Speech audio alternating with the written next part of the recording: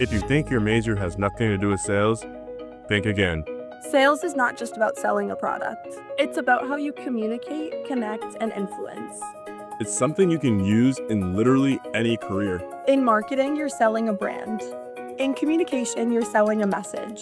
In exercise science, you're selling motivation and trust. So there are many skills that you can learn in the sales program here at Curry College. You've got negotiating skills, presentation skills, relationship skills, even listening skills. At its core, sales is about listening in relationships and making connections with people. Being able to articulate the value of your services, your value offer to people, is immensely valuable.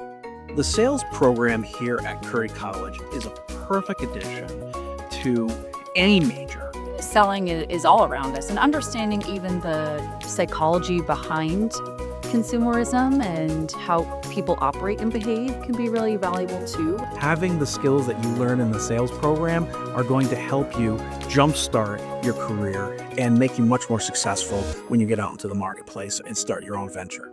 The new sales minor at Curry gives you the extra edge no matter what major you have. With opportunities like sales competitions and real-world experiences, you're not just learning, you are doing, and you are developing new skills.